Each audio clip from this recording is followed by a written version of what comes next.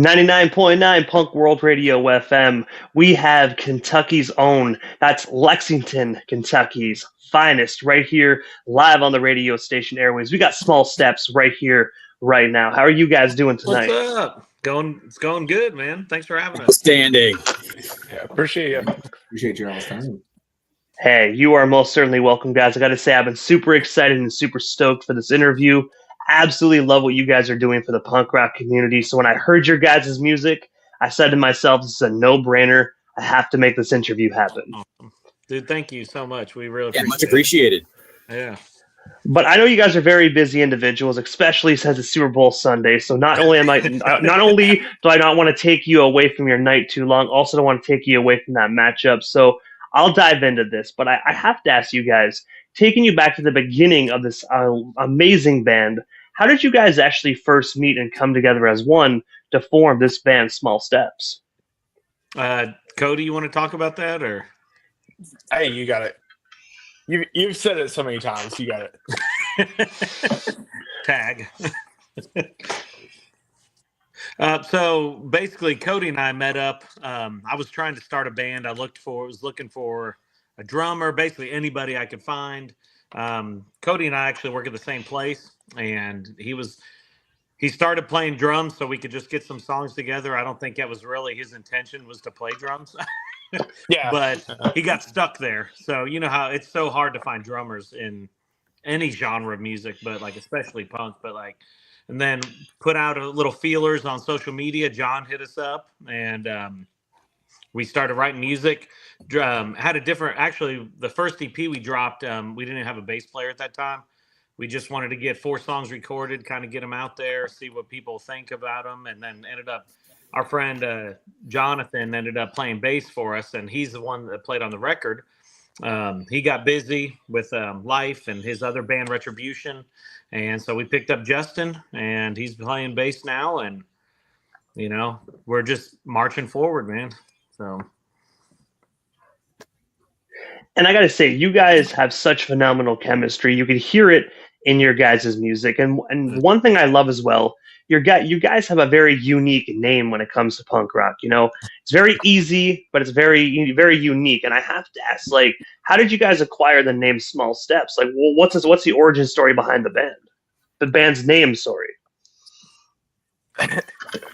I'll take that one. I was actually going through a self-help book, and it was on breaking depression and moving out of that. And in talking to Jeremiah, I really thought that's where a lot of the lyrics that he was writing at the time was, taking small steps. So it was like step 3 in that book was small steps. I thought it really rung true with the lyrics. And also, December 29th, 2022, you guys actually released your self-titled 4-track EP. I was wondering if you can actually just tell us the story behind this amazing record. Well, the 4-track, that's the one that I was saying we didn't even have a bass player on that one. I recorded the bass parts to it, but I played guitar, did vocals. John played guitar, and Cody played drums, of course. And we had been writing songs, and we just wanted to get them. We just were itching to get them out to people's hands. We want you to hear what we sound like, because we were pumped about our sound and kind of the direction we were going. And so we just recorded at a local studio here, and for that 4 song, and just tried to get it out and get people into it. And and obviously, here's what we sound like. We need a bass player. And what's obviously now it's easy and flawless. You guys have all the right components for a band, but did you guys actually have any issues kind of putting that first EP together without a bass player? Was it challenging at times, or obviously you guys had other members to fill in already in the band that became the bass player, but was it difficult for you guys to actually put that record together? I would say yes and no. I mean, John could probably talk to this a little bit, because I think he was added maybe just a few months before we went to the studio. Yeah, it was really short.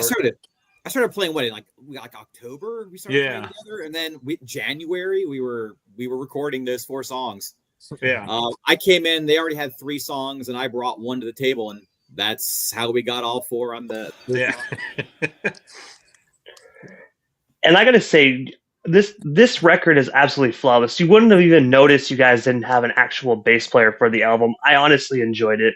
And truthfully, one of my favorite songs is actually Means to an End. That's one of my favorite songs actually off that. Mousetrap is definitely my hard second. Yeah. Yeah, that's a little groovy one for sure. And also, you guys are actually currently signed to Blind Rage Records. I was wondering, how did you guys actually get discovered by that record label? And of course, what is it like just working alongside them? Well, I think it started off with me one Sunday morning. I think Jeremiah and I were messaging, and then I was like, I'll reach out to Gwen and see what Gwen, thinks. And then that turned into a phone call, and then, a verbal agreement. And then it's like, oh shoot, we gotta put all this stuff together to put it out into the world. And Gwen made that happen real fast. Was it like 2 months, 10 weeks? Yeah, it popped off pretty quick. Yeah. For the full length, yeah. And I got to say, they have so many amazing bands actually currently signed to the labels, such as you guys and so many others. I'm really excited to see just what that label actually does next within punk rock. Yeah. Yeah, it's been established for a while. They do awesome things. They put out some solid releases for sure. And awesome people. And if you ever get a chance to visit Dayton, awesome brick and mortar place where you can buy some records. And always has great material in there. Always, yeah. And also, you guys have actually played shows with many amazing bands, from Harley Poe, Negative Approach, Zero Boys, and so many others. With that being said, is there any bands that could be either like independent or famous bands that you guys would love to actually open up a show for, or even possibly go on tour with? I think one name that always comes up between us is probably Iron Sheik. Yeah, that's the one. Always that's the one on my mind. Yeah, for sure. We love that band. And also, as well, you guys also teamed up with Pearl Hot Sauce to release your own brand of sauce. That's actually called Gato Diabolo Rojo. I was wondering, how did you guys actually get connected with Pearl? And of course, what actually made you guys decide to get into the hot sauce business? So that one's kind of funny. So I do screen printing on the side, and they're one of my clients. And Pearl normally works with a lot of death metal bands. Like they've done hot sauces for like Suffocation and Incantation and stuff. But I've known David for a long time. He used to live here in Lexington, but he's moved back to Michigan. But I hit him up and I said, hey, let's do a swap, man. I'll print you some shirts. You do a hot sauce for the band. And he was like, I'm on it. And I'm like, I personally want something that goes on everything. I don't like super spicy. I just want something delicious. And he knocked it out of the park. And so we were able to come up with a hot sauce, and we just take it with us everywhere and put it on everywhere we eat. It's very popular. People seem to like it. Yeah. So when people say, those old Frank's Red Hot commercials, like Frank's Red Hot, we put that shit on everything. With you guys, for the Professor, Jeremiah, Justin, and Corey, are you guys just say, small steps, we put that shit on everything? That's right. Yes. Everything. Well, and it's funny because there's been bands that we've done dates with and even small runs with, and they crack up about the hot sauce, and then they try it, and they're like, "Oh shit, this is good." It's like 1990s Taco Bell fire sauce with a little more black pepper. Yeah, yeah. That's how I like to describe it. Yeah, dude, you had me at nostalgic Taco Bell sauce. That's where you had me right at that. But for the listeners here in Canada that want to get saucy, that want to taste some small steps today, how can they actually snag themselves a bottle so they can switch from Frank's Red Hot and put that shit on everything? Go to our website, man, smallstepsky.com. You can snag it. So, and I think I saw it's $5 a bottle as well. So I mean, that's cheaper than most grocery stores. Obviously got to pay the shipping, but either way, that's still not bad, man. Delicious too. Yeah, it's in regular rotation in my house. I have a bottle. Right. I put it on eggs. I put it on hash browns. I put it on anything that I think it would go good with. And also, November 2nd, 2023, you guys actually released your 8-track studio album titled Breakthroughs and Breakdown. What is the story and inspiration behind this amazing record? I guess I'll go. Yeah. The song, huh? Nothing. There was like a delay on my end. My bad. Oh, go ahead. Go for it, Cody. I think that was when we finally had our sound. So we re-recorded the first 4 songs from the prior EP to a new one. We actually had Jonathan as bass player, and finally starting to crack into our own actual sound. Brian, what was it, 4 more songs? Yeah. And that's all I had about that. I think you can kind of tell, though, even if you listen to the songs that we re-recorded, they kind of came into their own. They became comfortable. They became our songs, you know what I mean? And I think at first, kind of like what John was saying, is like he brought one to the table and I brought 3, and then like that's just kind of how it started. But once that album started progressing, we started writing more stuff for it. It's like, here, I brought this riff, and it's not it's kind of a song, and then I put my stuff with it, or vice versa, and everything was just so much more cohesive. Yeah, I'll add something to that too. Yeah. Is that Jeremiah and I have a strange, unusual, extremely symbiotic writing style, where we're both coming from a similar place. We both love melodic punk and hardcore, and I'll bring a riff and he'll make it better, and he'll come with a riff and I'll put some kind of octave on it and make it. And he'll make it better. Yeah. And it's like it's been one of the easiest writing processes I've ever experienced in a band. It feels right and it comes naturally. And when we recorded the Breakthroughs, Breakdowns, it's like, like Jeremiah said, we came into our own. And we got more comfortable in our sound and playing with each other. And it's like we're just better musicians together. When it came time to record that. And we're even better now. Thank you very much. And the one thing I was always wondering, because I do know your Small Steps record that we spoke about previously, and this record we're currently on the topic of, I noticed Mousetrap is actually on both of these recordings. I was wondering if you can actually tell us what actually made you decide to slap Mousetrap actually on this album as well. Well, actually, all 4 songs are on there. So all 4 of the ones that are on that original EP. And I think it's kind of like what we were talking about. It's like, not that it was real, chop, chop, chop when we were doing the first 4, but it was just so much more cohesive because as we're playing them together, John's coming into his own, I'm coming into my own, and we're just starting to mesh. And it's like, these songs sound better based off of what we're adding to them. So we need to re-record these because they sound so much better. Plus, we have a bass player that's actually playing stuff that he wrote, not just stuff that I noodled while I was in the studio, And before we move off the topic of breakthroughs and breakdowns, where can we actually snag ourselves a copy of this record today? Like, is there any hard copies still available to purchase it? Yeah, you can actually get it through us, through the website when you grab your hot sauce at smallstepsky.com, or you can actually, Blind Rage has some available. You can go through there and go to their website. So either one, we still have a few. I think we only did a pressing of 100 of those on Eco Vinyl, and I think we only have maybe 20 left here or something like that. I think Blind Rage may have 20 or 30, so there's not very many left.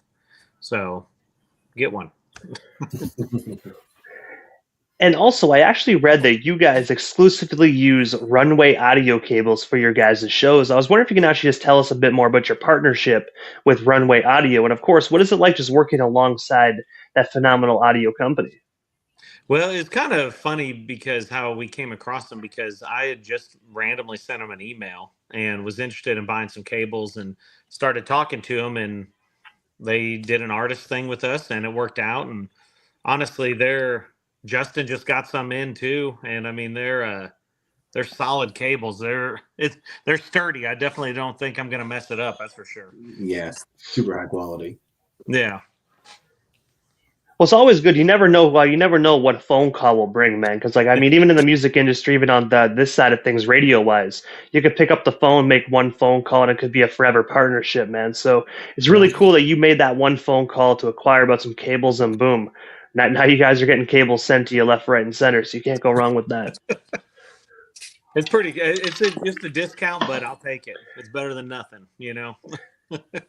I always tell the younger generation that reaches out to me for advice, and they always say, like, I don't like talking on phones. It's like, well, a phone call is better than an email. Pick up the damn phone. Yeah. Don't be scared. Don't be scared. It ain't going to bite you. Yeah, exactly. But also, March 8th, you guys will be taking the stage at Stargazer Lounge in Moorhead, Kentucky. I was wondering, what can your fans expect from this up-and-coming show? And, of course, where can we actually snag ourselves some tickets to come on out and see Small Steps live in full effect?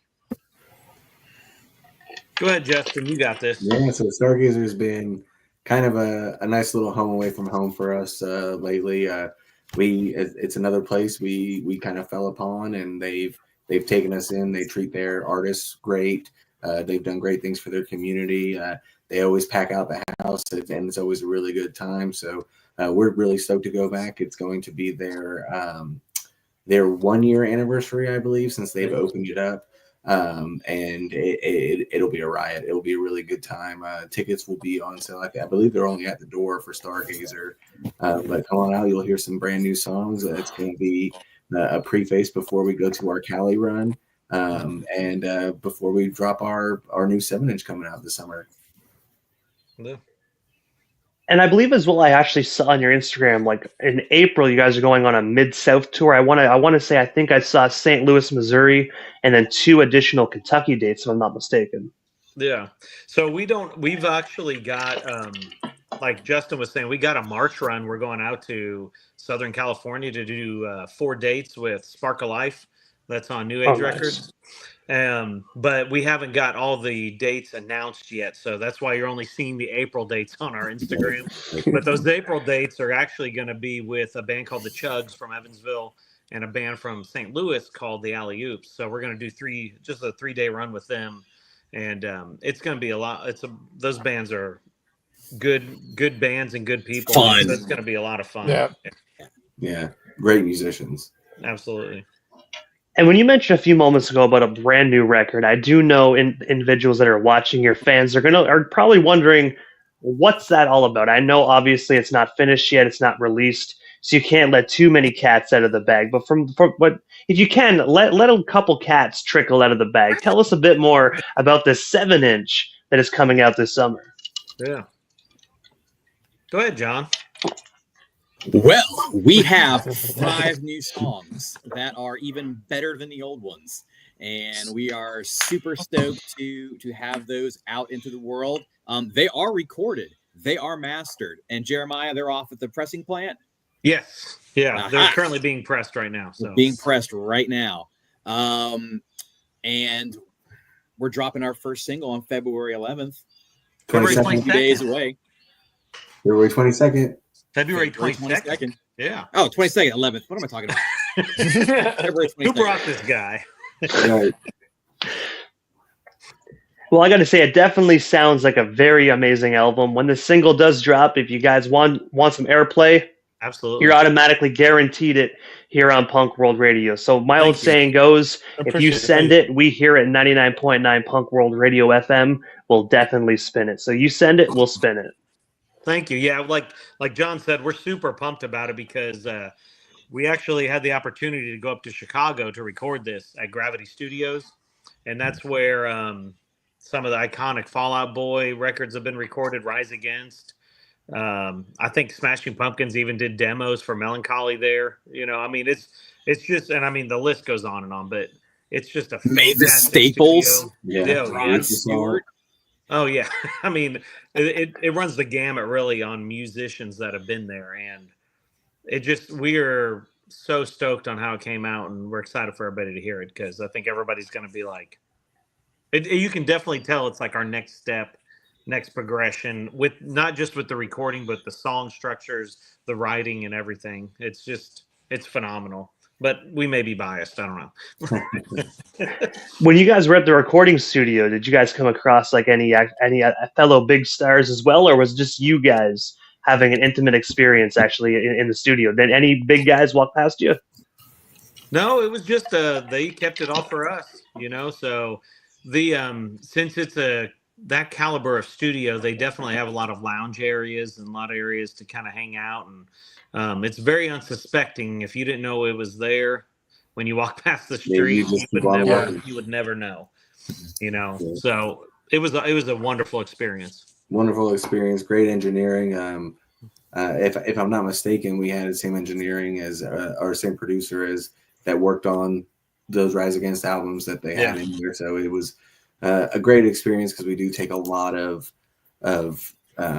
inspiration from bands like that. So to be able to have a producer that is already specializing in that sound was perfect for us. Yeah. And aside from the 7-inch, and obviously the tour coming up, the March 7th show, the Midwest, and then obviously California, what is next for Small Steps? Like, is there anything we happen to miss during this evening's interview? Anything else you guys still want to touch on, talk about, or promote? We still got you here live on the 99.9 FM airwaves tonight. Well, I know that we're already writing songs and packing them away. I mean, John's a freaking riff machine. So just so many songs just in the can ready to go. So personally, I would like to see if we could try to get another album out before the end of the year. And because I know that's one thing that I think we kind of spaced everything out before, and just try to push a little bit harder this year. I know we've got shows. We've already got stuff already booked into August almost now, Right. So I mean, the shows are coming, and we've actually had to turn a few away just because there's so many right now, and we still have to juggle our regular lives, of work. We haven't made it that far, but just enough to where we can juggle work-life balance, But it is exciting to see where it's heading. So. And also, before we actually part ways here tonight, guys, obviously I know how to follow Small Steps across all social media platforms. But for the people here in Canada that might just be discovering you guys tonight, how do we go about following you guys across all social media platforms? That way we can stay updated on the new single coming out in a matter of weeks, the 7-inch, and of course, all the shows as well. So we're on Instagram, just Small Steps KY. And I'm pretty sure that's the Facebook page too, Small Steps KY. Like I said, if you go to smallstepsky.com, you can also just get all the links there. We have a TikTok. We're trying to use it, but it's I don't know if you're going to get much value into the Google machine, and you're going to find us. February 22nd comes out on February the 22nd. It's easy to look up. Just put a heart on that date and be ready. Yeah. Or you could also just message all of the cool festivals you have in Canada and tell us to be there, and you can hear it live. 1,000,000%. We'd love to be up there. Love poutine. Yeah. Oh man, you can't go wrong with poutine, man. You gotta love it. I gotta say, I think they have this thing where you can send your submissions actually to Blues Fest. It's in Ottawa. They get like 50 to 60,000 people like literally there like each night. It's ridiculous, man. Like, I mean, it would be great for you guys, but for the fan like myself, god damn, man, you definitely get squished just being there. No matter where you are standing, you're getting squished no matter what. Yeah. That's a lot of people. It is, man. I saw Snoop Dogg there years ago. It was like 60,000 people. I was getting shoved up against the guardrail. Saw Motley Crue there last year, and it was wild. I didn't really feel like I was getting crushed because I smoked way too much indica. Because I smoked the wrong strain of weed, so I was literally just like staring up at the sky, like. So it was the most mellow Motley Crue concert I ever went to. I bet for both sides, to be fair.